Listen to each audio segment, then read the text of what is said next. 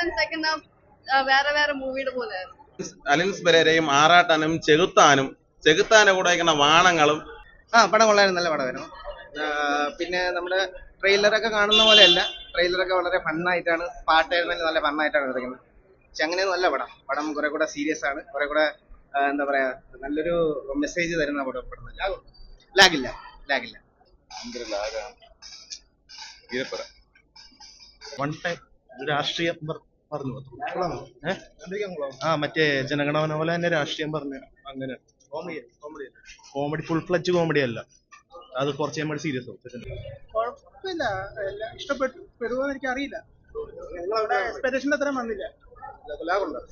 ലാഗെന്ന് വെച്ചാൽ അവര് കൺവേ ചെയ്തു, പക്ഷെ നമുക്ക് അങ്ങോട്ട് കണക്ട് ആയില്ല. ഭയങ്കര പടം. നമ്മളെ പ്രേക്ഷകരെ പിടിച്ചിരുത്തി കളഞ്ഞു. നിവിനാണ് തിരിച്ചു വന്നു. ഒന്നും പറയാനില്ല. കാര്യം എന്ന് വെച്ച് കഴിഞ്ഞാൽ എനിക്ക് ഭയങ്കരമായിട്ട് ഇഷ്ടപ്പെട്ടു. കാര്യം നമ്മളെ പിടിച്ചു നിർത്തിയ. പക്ഷെ ഒരു പാകിസ്ഥാനി ആയിരുന്നാലും നമ്മളെ പോലുള്ള പാവങ്ങളുണ്ട് പാകിസ്ഥാനിലായിരുന്നാലും. നമ്മുടെ ഇന്ത്യക്കാര് തന്നെയാണ്. എവിടെ പോയാലും മലയാളിയാണ്. അതാണ് ഈ പടത്തിന്റെ പേര് തന്നെ, മലയാളി ഫ്രം ഇന്ത്യ. നിവിനാണ് തിരിച്ചു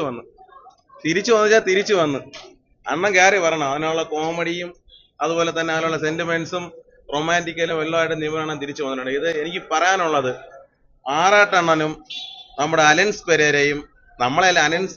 പെരേരയും ആറാട്ടനും ചെകുത്താന്റെ കൂടെ വയ്ക്കുന്ന വാണങ്ങളും, ഈ തൊപ്പിയായ വാണങ്ങളും, അതുപോലെ കുക്കും, ഈ വാണങ്ങളെല്ലാം ഒരു ടീമാണ്.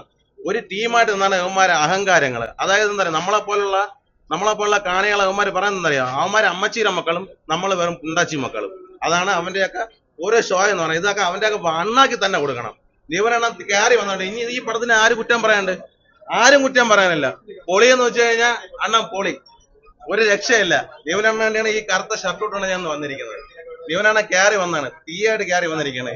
ഹിറ്റ് അടിച്ച് കരയിപ്പിച്ച കളഞ്ഞ. പോയി കാണ്. ഒരു രക്ഷയില്ല ബ്രോ, ഒരു രക്ഷയില്ല. ആറാടെന്ന് വെച്ചാൽ ആറാടി അണ്ണൻ. നിവനണ്ണൻ ഇനി അടുത്ത ഹിറ്റായിട്ട് വരണം. നിവനണ്ണൻ എന്ന് പറയാൻ അളിയൻ സെറ്റ്. അതുപോലെ തന്നെ നമ്മുടെ വിജയകുമാർ, പഴയ സിനിമയിലെ വിജയകുമാറിനെ കൊണ്ടുവന്നിട്ടുണ്ട്. മഞ്ജുപിള്ള ചേച്ചി നല്ല ഒരു അമ്മ വേഷം ചെയ്തിട്ടുണ്ട്. പിന്നെ ധ്യാൻ ശ്രീനിവാസൻ കൂടെ ഉണ്ടെങ്കിലും കുഴപ്പമില്ല, അത്യാവശ്യ കാര്യങ്ങളൊക്കെ പുള്ളി ചെയ്തിട്ടുണ്ട്. വളരെ നന്നായിരുന്നു. എനിക്ക് പറയാൻ വെച്ച് കഴിഞ്ഞാൽ പടം പൊളിയായിരുന്നു, തീയായിരുന്നു. ഇതെല്ലാവരും കാണണം.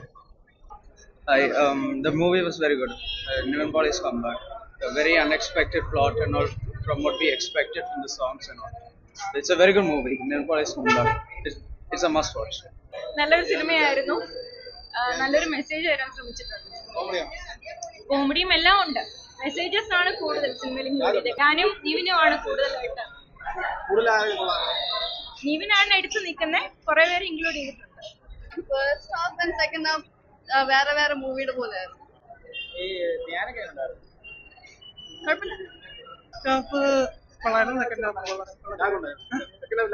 Second half ലാഗുണ്ട്.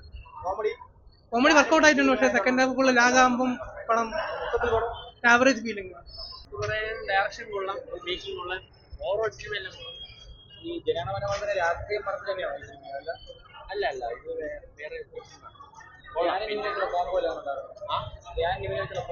അടിപൊളിയായിരുന്നു. പിന്നെ നിവിന്റെ തിരിച്ചൊരു തന്നെ ഈ സിനിമയിലുള്ള മലയാളത്തിന്റെ ഒരു ബജരംഗി ഭായിജാൻ എന്ന് വേണമെങ്കിൽ നമുക്ക് പറയാൻ പറ്റുന്ന രീതിയിലുള്ള ഒരു സിനിമയാണ്.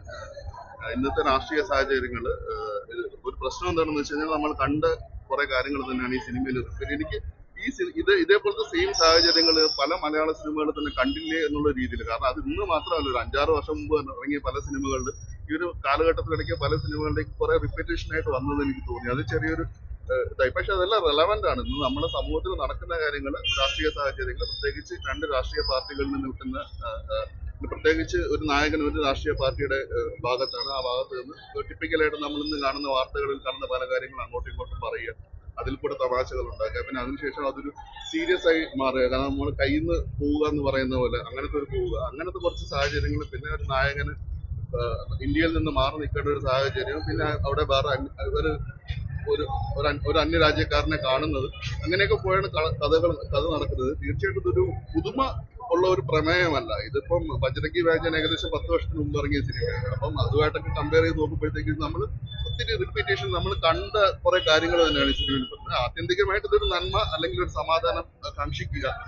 എല്ലാ നാട്ടുകാരും സമാധാന കാക്ഷികളാണ്. പക്ഷെ അതങ്ങനെയല്ല പ്രചരിപ്പിക്കുന്നത് എന്നുള്ള ഒരു സന്ദേശം കൊടുക്കാനാണ് സംവിധായകൻ ഈ ഒരു സിനിമ ഉദ്ദേശിക്കുന്നത്.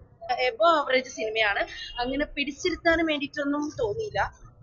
പിന്നെ നമ്മുടെ ജനഗണമനയ്ക്കും ക്യൂൻസിനും ഒക്കെ ശേഷം വന്നൊരു സിനിമ, അത്രേ ഉള്ളൂ. അല്ലാതെ ഭയങ്കര സിനിമയായിട്ട് തോന്നിയില്ല. സ്റ്റോറി എന്തിനാ ബേസിക്കലായിട്ട് പോകുന്നത്? സ്റ്റോറി എന്തിനാ ബേസിക്കലായിട്ട്? ഒരു നോർമൽ സ്റ്റോറിയാണ്. നമ്മുടെ എന്താ പറയാ, ഇതിലൊക്കെ കാണുന്ന പോലെ വലിയ പൊളിറ്റിക്കൽ അങ്ങനെ വലിയ സംഭവമൊന്നുമില്ല.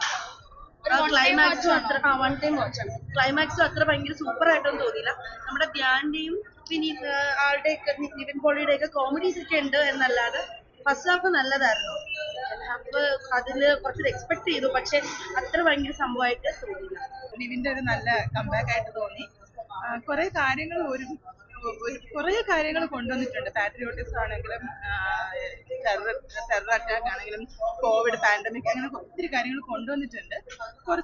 ചില സ്ഥലങ്ങളിൽ കുറച്ചൊരു ഐ ഓപ്പണർ എന്നുള്ള രീതിയിലും കൊണ്ടുവന്നിട്ടുണ്ട്. നല്ല മൂവിയാണ്. പടം നല്ല പടമാണ്. പിന്നെ ഭയങ്കര ഹൈപ്പ്, ആവേശം ഇതൊക്കെ ഇറങ്ങിയതിന്റെ വെച്ച് നോക്കുമ്പോൾ നമുക്ക് പറയേണ്ടി വരും ഒരു എബോ ആവറേജ് എന്ന് പറയേണ്ടി വരും. പക്ഷെ നിവിന്റെ നല്ല കംബാക്ക് ആണ്. ധ്യാനും നിവിന്റെ കോമ്പിനേഷൻ ഫസ്റ്റ് ഹാഫ് വളരെ നല്ല കോമഡിയൊക്കെ, നല്ല കോമ്പിനേഷൻ പോയിട്ടുണ്ട്. നല്ല രീതിയിൽ അത് ഡെലിവർ ആയിട്ടുണ്ട്. ഡിജോ ജോസ് അതിന്റെ ഡയറക്ഷൻ നന്നായിട്ടുണ്ട്. സെക്കൻഡ് ഹാഫിൽ കുറച്ച് സ്ലോ പലയിടത്തും വരുന്നുണ്ട്. കാരണം ഒരുപാട് മെസ്സേജ് തരാൻ നോക്കിയിട്ടുണ്ട്. കാരണം നമുക്ക് പലപ്പോഴും കണ്ടിട്ടുള്ള മെസ്സേജുകൾ തന്നെയാണ് ഈ പൊളിറ്റിക്കൽ സെക്ടറിൽ കാണുന്ന. നമ്മളെ വിദ്യാഭ്യാസമാണ് നമുക്ക് ഏറ്റവും കൂടുതൽ വേണ്ടത്, രാഷ്ട്രീയത്തിന് ഉപരിയും മതത്തിന് ഉപരിയും എന്നുള്ള ഒരു മെസ്സേജ് അത് നമ്മൾ ഒരുപാടടുത്ത് കണ്ടതാണ്. പക്ഷെ അത് നല്ല രീതിയിൽ ഡെപിക്ട് ചെയ്തിട്ടുണ്ട്. തെറ്റില്ലാത്തൊരു മെസ്സേജാണ്. ക്ലൈമാക്സിലോട്ട് വലിയൊരു ത്രില്ലിംഗ് ഒന്നും കൊണ്ടുവരാൻ പറ്റില്ല. അപ്പൊ അതാണ് ആ ലാസ്റ്റ് പോർഷനിൽ കുറച്ചൊന്ന് സ്ലോ ആയിപ്പോയി. പക്ഷെ ബാക്കിയെല്ലാം നല്ലതാണ്.